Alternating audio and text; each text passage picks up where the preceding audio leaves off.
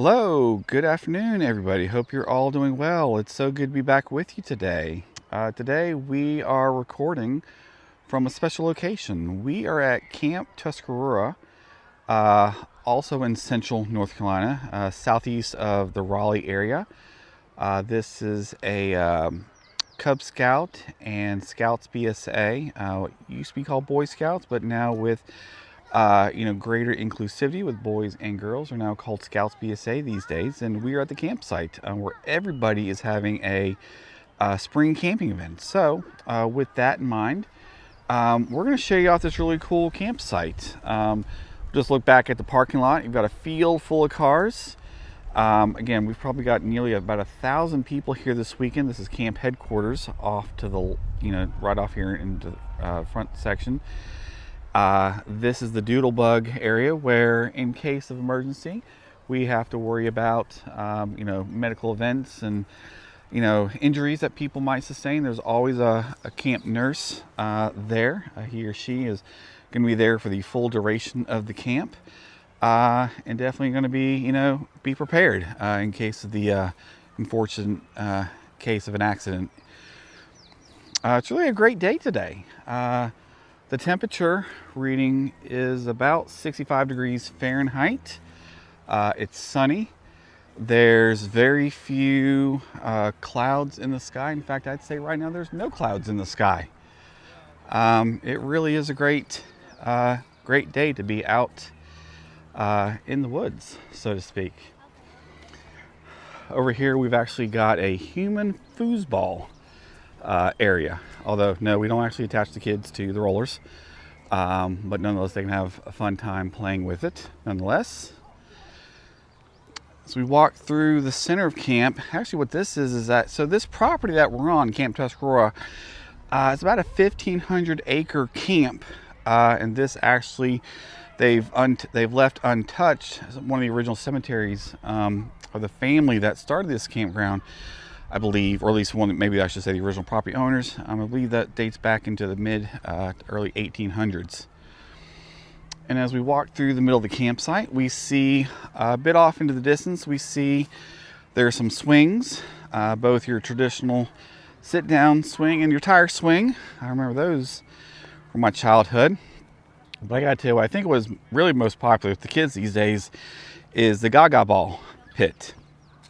You cannot walk past the Gaga Ball pit without seeing at least 18 to 20 kids having a great time. Over here we have the trading post, which is open from pretty much when camp starts in the beginning of the day and runs till about 9 or 10 o'clock each night that the camp is open. And then of course we have here the 3 flags, the American flag. In this case, we have the state of North Carolina flag, and because this camp is called Camp Tuscarora because of the council, we have the Tuscarora Council flag also sitting atop.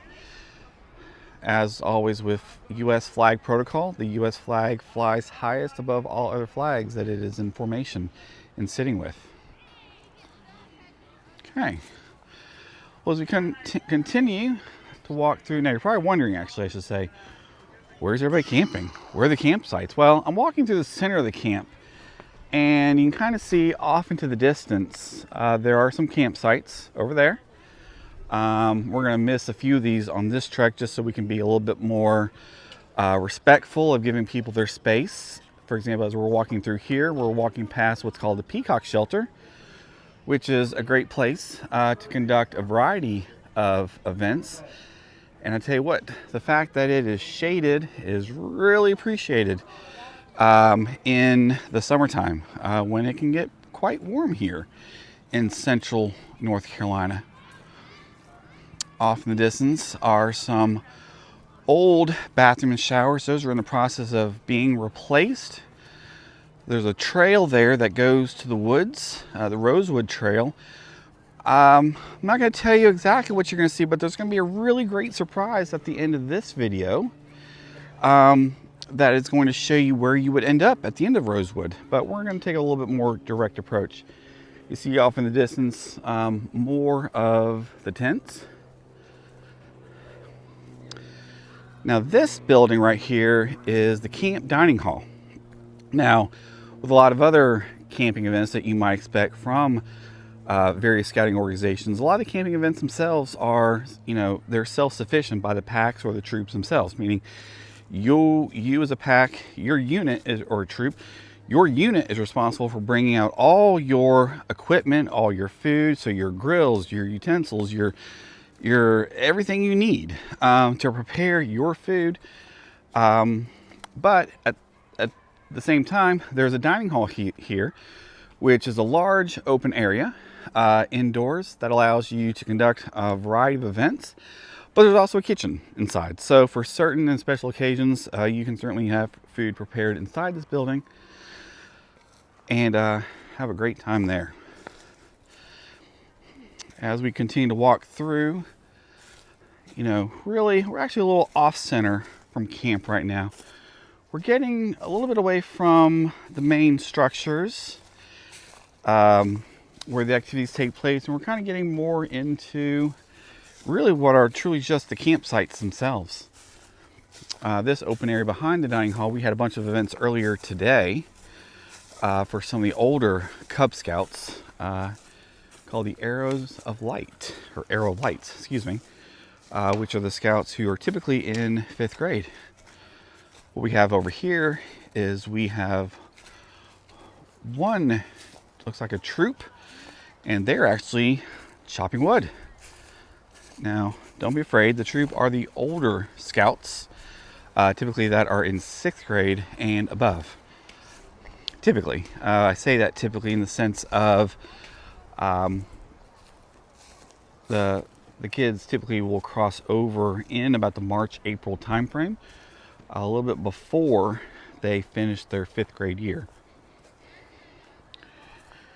As we continue to walk through what's the one edge of camp here, we're coming along some more campsites with a variety of tents. Now, the cool thing about camping itself, now different people can have different opinions about camping, and do they like to camp, do they not like to camp? It's a lot like many other things. It's going to be what you make of it, right? And so how you sleep, are you on just in a sleeping bag? Are you on an air mattress? Are you on a combination of both? I mean, all these things are decisions that kind of help that you can make to decide, what's your comfort level, what's your degree of, being different from what you're sleeping on at home in your nice, warm, cozy bed. And the same thing goes for your tent. Your tent can be big, it can be small, it can be, made from any number of manufacturers. And with that in mind, you can also find all these things at a variety of prices. Finding things on sale is definitely one of those things that we certainly recommend.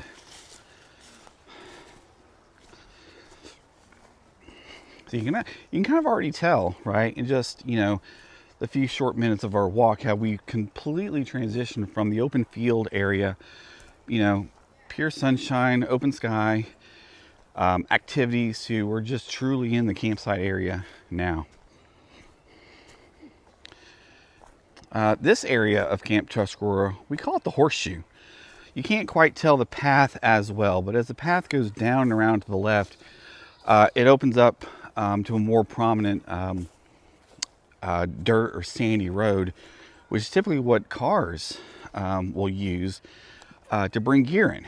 Now, that's an important detail in and of itself, because you're probably wondering, wow, Jason, you're really walking quite the distance to to your campsite. What about all that gear you're just now talking to us about?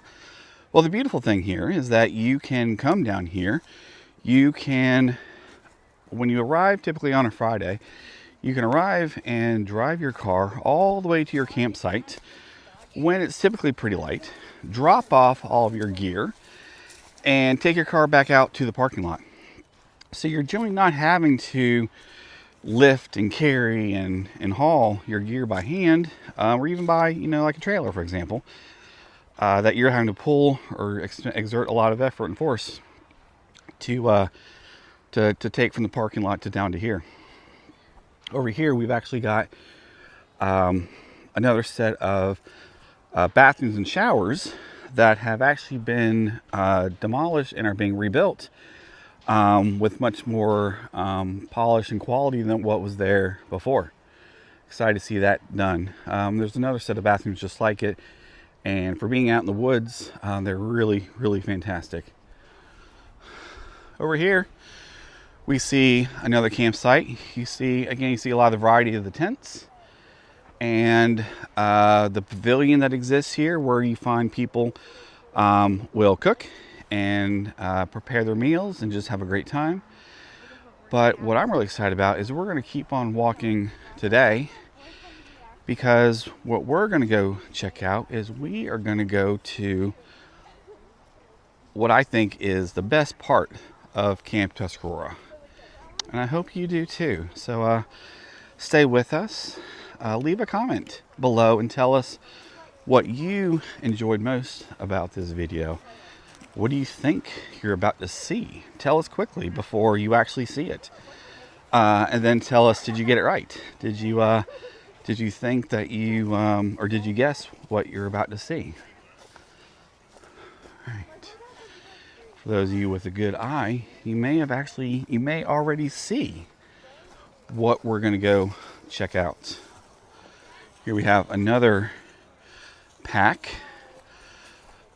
We have a smaller pack than the one that we were seeing just a moment ago.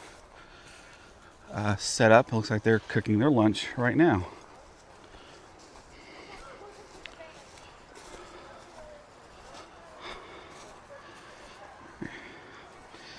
And sorry for any of the extra bumpiness today. Despite the fact that we are using a gimbal, we are walking up and down very, very uneven ground. But that's the nature of being out here in, well, say nature again.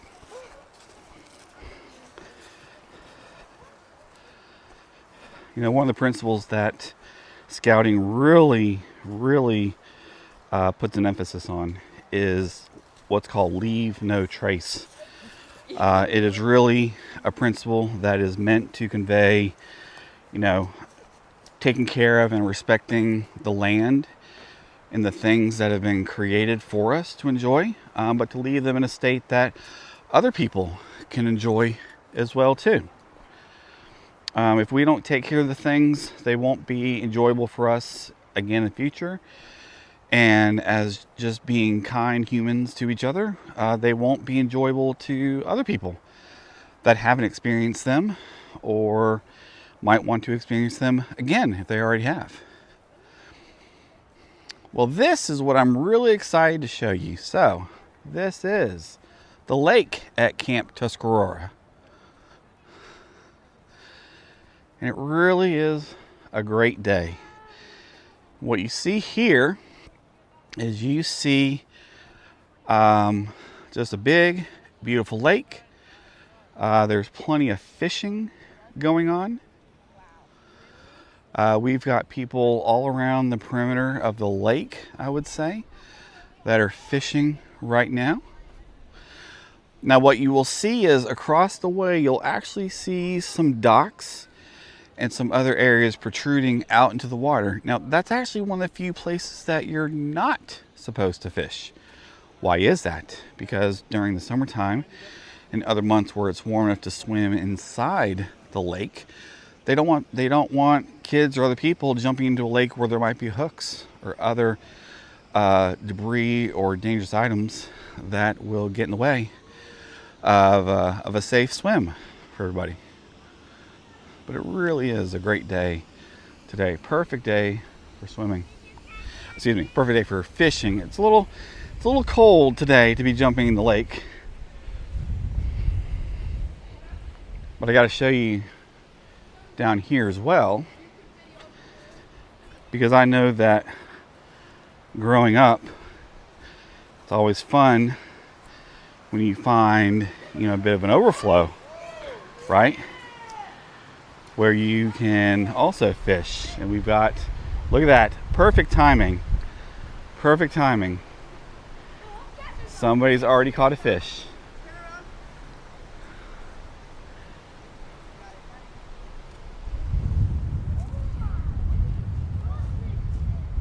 Fishing Fishing at the overflow. How cool is that, right?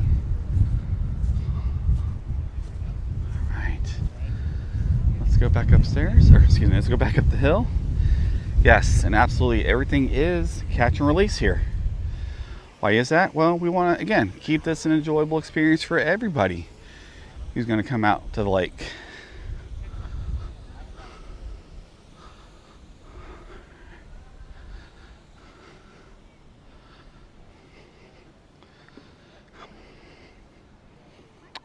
Yeah, I would definitely say it's by itself it's only in the mid 60s, but the sun is really bearing down and making it feel even more comfortable.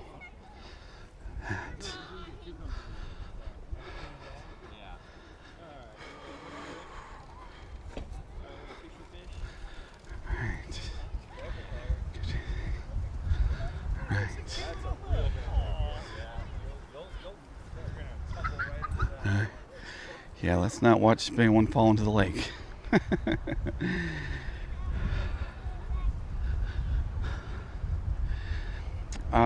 So as we kind of come here to the end of this pathway, what you actually come across is you come across what I'd say is the rest of the lake.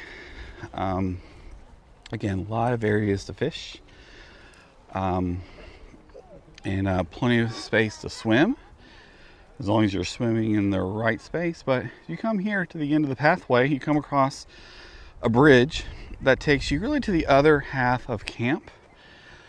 I'm gonna be honest with you, nothing too notable that I think we're gonna go over there and tape today, so to speak. Just really want to show you again the additional space to go fishing and all the fun people are having. Apparently people are catching fish, as we just saw there back at the overflow. You see off into the distance, you see there are other people who are also camping here this weekend. You can fish from the bridge. You cannot drive a vehicle over this bridge. You can, if you're part of the camp leadership, I believe you're allowed to drive like an ATV, because that is a service vehicle, and also part of how they'll run your emergency care and transport if need be. But generally speaking, despite the fact that yes, the roads will go, the dirt pathways will go to the road and you can get a car there, do not drive a multi-ton vehicle over the bridge. Okay, all right. Well, everybody, I hope you've enjoyed this. I hope you love the view. I hope you've had a great time. If you have any questions, please leave a comment down below. Like, share, subscribe, hit that bell, and we can't wait to bring you more content and hear from you.